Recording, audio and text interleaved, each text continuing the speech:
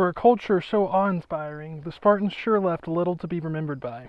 What little we do know from the archaic era is what survived from the hands of their enemies, so it can be a bit biased. But for a time, this race of warrior elites dominated the classical world, and although they left a meager footprint archaeologically, the echoes of their legacy continue to reverberate even today. So, this is a wandering author reminding you that we are all the authors of our own lives. As always, my message remains the same: spend less, live more, earn your freedom with frugality.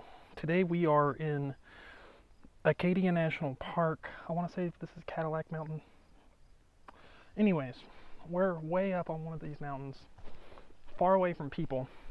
So the really cool thing I've noticed about Acadia is, one, it's huge. Like, there's a ton of different environments and different types of environments all within one kind of contained area, right? There's like these several beach spots that are like popular tourist style beach vacations, but literally I keep questioning if I hear other people out here, but I think I'm by myself, at least in this section of the mountains. Anyways,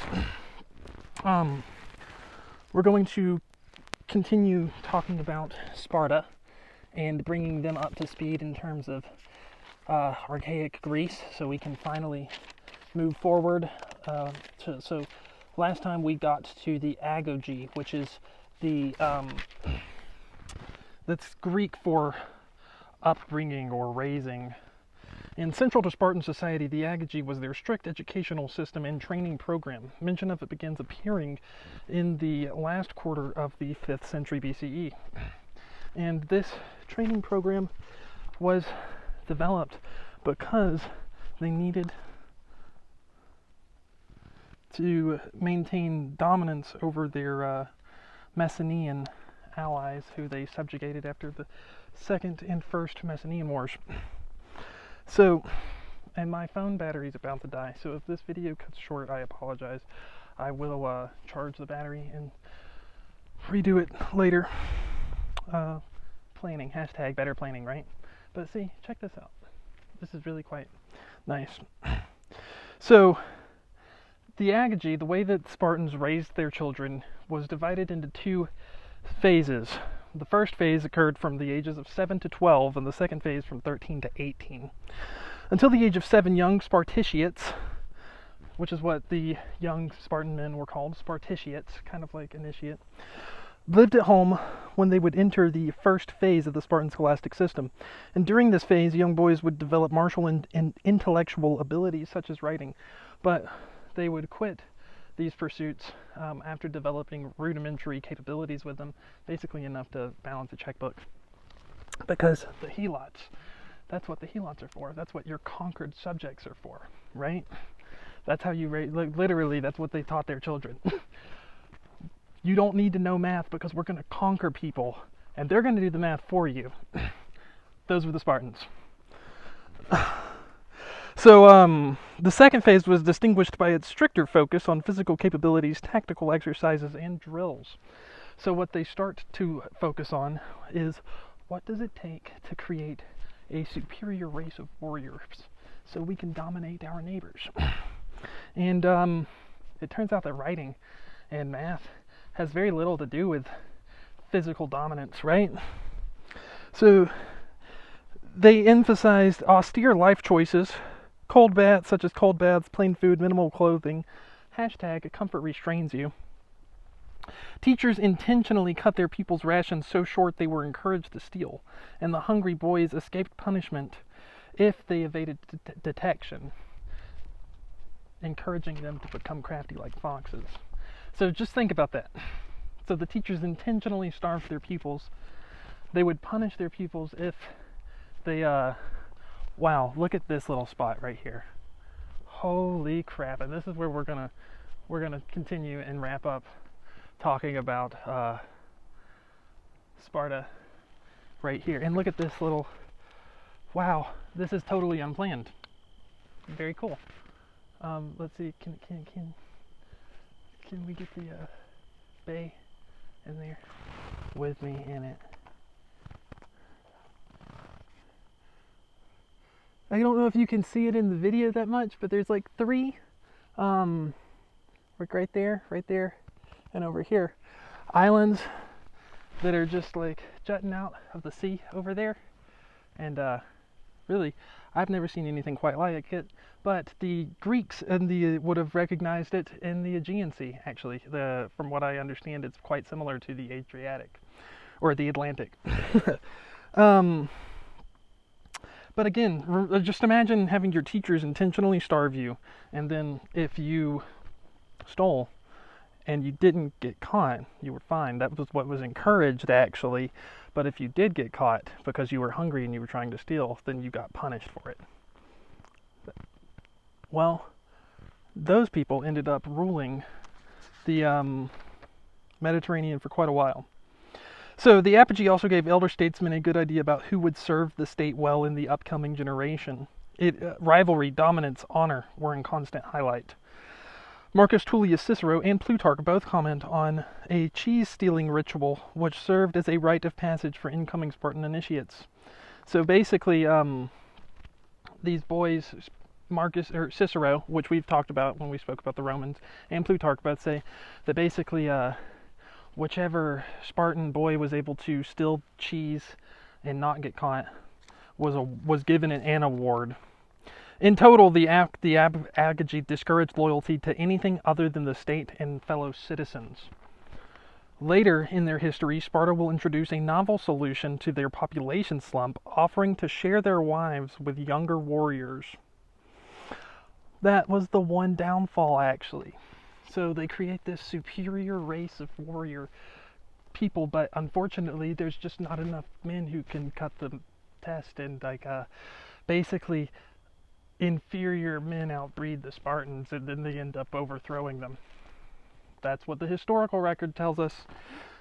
If you put inferiority in terms of like just martial prowess, military capabilities, which the Spartans would have. Anyways, so yeah, they did have to start wife sharing in order to keep their numbers up, and that is recorded in Plutarch's histories. So they after graduating the apogee, a Spartan man would enter society as a homoioi, which is in English similar or similars. You were graduated into society as an equal, like we do in our current society, similar. There were also, however, a few differences compared to today. There were state-instituted restrictions on wealth and social practices. And so this ensured a particular level of homogeny among full-blooded citizens. So to be a Spartan, you had to be austere. There was no being hashtag bling, whatever you want to call it. Basically, their government made it where you had to be laconic. Hashtag laconic. It's in the dictionary. Look it up. So, if the video cuts short here, I've got a second phase where we're going to actually look at the social structures and institutions. I'm going to try to continue it, but my battery is dying on me. So, from 20 years old on, Sparticiates did nearly everything with a group of 15 other men, which in English we would call them a mess. Kind of like a cohort in Roman legionary terms. Graduation was a membership requirement, which was a criterion for citizenship. So to become a Spartan citizen, you had to become a member of a mess. Like, you couldn't be a Spartan without being... It's like you couldn't be a legionary without being a member of a cohort in Rome. To maintain membership, you had to supply your own daily rations from a farm. So anybody could become a Spartan citizen if they weren't enslaved already. And you had the ability to pass their tests, and you could sustain yourself on their farm. Sounds pretty fair, right? At 30, men were allowed to leave the barracks and spend time with their wives. Again, population shortages later on in their history. So from 20 to 30, they were in the field. From 30 years on, they were allowed to... and then a full-blooded Spartan was expected to continue soldiering, eating, and dancing with his mess, like his crewmates, until he reached full military retirement at the age of 60. Men who failed to satisfy their mess's membership requirements were expelled and designated with the Greek term for inferior. So they basically lost social rank and status. However, disgraced sons, so if your father fell from favor, could regain favor by patronage wealthy families and getting a sponsorship with their children as a brother by upbringing. So if you had friends with some of the local well-to-dos, you could basically get their parents to sponsor you. Fair enough. Very similar to today, right? And then the Great Ratra, which is the Spartan constitution. So this great race of warrior men had a constitution that was like 30 lines long. Literally, their whole constitution. These guys ruled for several hundred years. Plutarch, famed historian, aids us greatly in our research on Spartan history, thanks to his preservation of their constitutional document, the Great Rhetoric, which the Spartans always attributed to Lycurgus. So, this constitutional document they attribute to Lycurgus, the initial Spartan. And it's only 3 paragraphs long, but here's one of the paragraphs. I think I have them out of order here, though. To the people belong the rights to make decisive verdicts, but if the people make a crooked decision, the elders and the leaders are to be dismissers. That's their whole constitution. Let me repeat that. Plutarch quotes the following: to the people belong the rights to make decisive verdicts, but if the people make a crooked decision, the elders and the leaders are to be dismissers. That brings us into the debate on legislative versus executive powers. So, funnily enough, the Spartan kings were the ones who were the elders, and there was a council. There was an actual council of 30 men. 2 of them were kings. 28 of them were council members. And then, let's see, here we got the rest of their constitution. Their entire constitution. Having found a sanctuary for Zeus Sylvanios and Athenia Sylvania, having divided the people into tribes and obes, and having established a council of 30 elders, including the leaders, perform Apulia season in and season out between Babekia and Kinkion, and in this way introduce and set aside proposals. Okay, I know that's a long sentence, but that is the entire Spartan constitution. Now, this does tell us a few insightful things about their constitution, even though it's literally a paragraph long. Several hundred years governing document. Does not have to be long. Spartans' history tells us. So, we do see they had assemblies. They occurred at regular intervals. Every Apela, which is the 7th of the month, assemblies introduced the proposals, and a council of elders voted on them.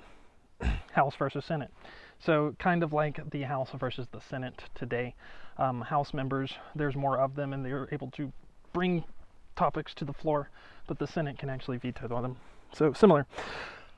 Now, here's another interesting fact about Spartan society. There were no written laws. The memory and judgment of the warrior elite was deemed sufficient. So their judicial system was the people who owned the courts. Legit. Spartans were no joke. They did not play around, and they ruled the world for several hundred years that way. Some of their constitution's wording may have deliberately been aged to add an air of legitimacy to its intention, message, and meaning. So even at the time, people realized that Lycurgus probably wasn't actually the dude who made their constitution, and so it may have been deliberately made to sound old-timey even back then, to give it some legitimacy. However, the Ratra demoted kings into the Council of Elders, removing some of their previously held powers. So before then, kings were more powerful. Both kings refrained prominent positions as the head of states and based their privileges off an assumed connection to Heracles via 2 twins, the Aegeans from Aegeus and the Eurypontids from Euripon. Spartan kings were sacred, people couldn't touch them. They reinforced their divinity by playing conspicuous roles in ceremonies and sacrifices. So the Spartan kings were basically worshipped as gods. And what was funny is the apogee, the thing we were talking about at the beginning, this rigorous curriculum, the kings were excused from it. Decline of empire, right? By the classical era, a Spartan's king's power is limited to heiresses, adoptions, and public roads. Also, they faced impeachment if they failed to serve an oath once a month, promising to. They could be impeached if they did not give a new oath, promising to obey the rules once a month. Since kings served lifetime appointments, they could amass substantial power, wealth, and influence, as we can tell by the legacies left by Cleomenes I and Agesilaus II. And really, this one's really kind of yeah, we've got plenty of content actually written. So from here, we're going to discuss the council and the Peloponnesian League, and the way that influences long-term Greek. And I can actually put some more perspective on this stuff, and I can find some. So, okay, so we're gonna make this a part 2 segment. So we got through basically to the end of their constitution, where the Spartan constitution was 3 paragraphs long. The official laws there were no written laws. The elite's word was taken as final verdict. But I'm going to find somewhere else to finish up, and we'll move on and get Sparta and Athens onto equal footing finally. But I need to descend from this mountain. And yeah. So this is a wandering author reminding you that we are all the authors of our own lives. As always, my message remains the same: spend less, live more, earn your freedom with frugality. What are you guys doing in order to inspire, uplift, and empower your communities today? Because this world isn't changing unless we all do our parts. You can count on me to do mine daily. Until next time, I love you.